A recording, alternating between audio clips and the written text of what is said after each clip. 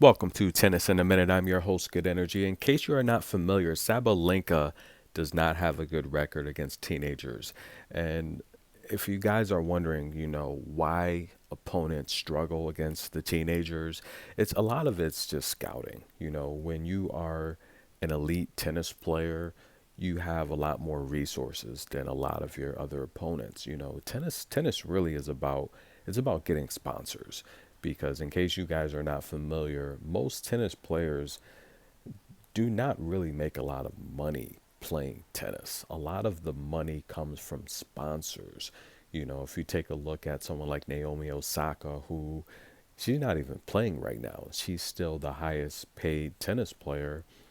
She's the highest paid female athlete, to be honest with you. A lot of it's from endorsements. She's endorsed by everybody: Nike, MasterCard. I mean, you name it. She has an endorsement. Tennis balls, tennis rackets. But the reality here is a lot of tennis players, especially when we're talking about outside the top 50, a lot of those players, they do not make money on tour. These game checks, when you factor in travel, you have flights, hotels, ground transportation, you have meals, you have to pay your coaches, your trainers, you have to pay medical bills, you have to pay, all sorts of fees, especially traveling. There's so many fees, outfits, etc. If you don't have a sponsor that's at least providing your outfits, your equipment, some sponsors in the contracts, some players even have sponsors cover travel. That's what I would do if I were a manager or coach of one of these agents for one of these players. Any major sponsor we sign on with, you have to cover travel. Cover travel and you're fine because take a look at some of the players that have been eliminated already, like a Claire Buell.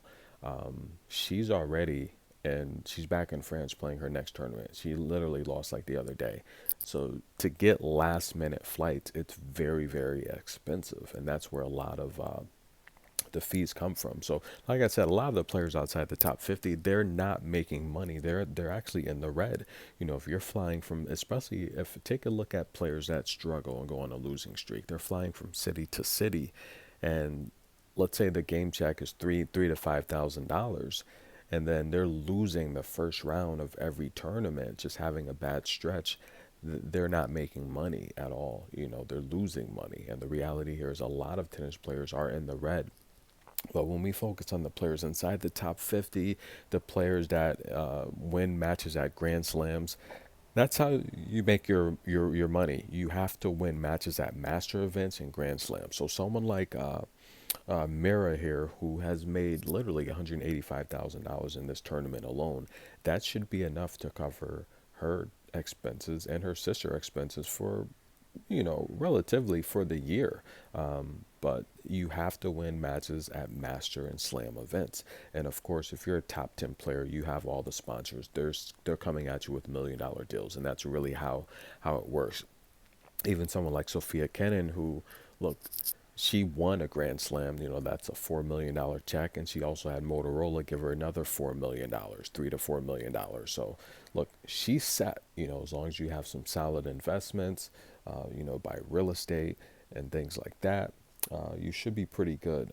But Mirror here, let's get back. I'm getting way off topic here, but that's literally just an insight as to how important it is to win at these master events. So someone like Mirror, this could propel her entire career, right? She has the entire remainder of the season where, look, she's going to gain points. She'll probably qualify at the remaining master events, so she'll have an opportunity to make more game checks and more money. So she's doing good, but she drops the first set here. That is a Jordan fist pump. She started off bad by getting broken, but she broke back and trying to extend the set here, she would actually have a bit of a meltdown with double faults, and Sabalenka would steal the first set. I told you to take the first set under 9.5. That was minus 150. That's a lock, ladies and gentlemen. That comes in, and I said earlier, why do the younger players do so well when they get into these draws? You know, the teenagers. A lot of it's scouting. You know, when you're an established player on tour, there's a lot of film. We know your strategy. We know your tendencies. We know the shots you like. We know what makes you uncomfortable. These younger players, there's no film on it. She's 16 and 0 this year, but she's played lower level tournaments, and it's for someone like me that covers tennis. It's very tough to get footage and coverage of these lower level matches. Like I say it all the time, Alicia Parks has the fastest serve here in Madrid. She also has the fastest serve at the U.S. Open, right, for women's tennis. But all the matches she played on the lower level when she hit over 200 aces, trust me, one of those aces was had to be 138, 140 mile an hour when she blasted over 200 aces, when she was hitting double digit aces per match with a few double faults. But we don't have tracking for those matches. They don't track the serve speed. The footage is very hard to find. So it's tough to scout teenage players, and that's why a lot of times they can come in and do well. Now, the reason I say that is because I haven't watched Mirra play. And although historically I've won 80 to 85% of my prediction videos, this week I lost a pick on her against Leylah Fernandez and Magdalene because I haven't watched her play. I haven't seen the film on her. I don't know her tendencies. Watching her now on the main stage here at Madrid, I see what she likes to do. And Sabalenka figured it out pretty quickly, which is why this second set might get pretty lopsided. Mirra Andreeva, she loves the backhand down the line. That's her favorite shot.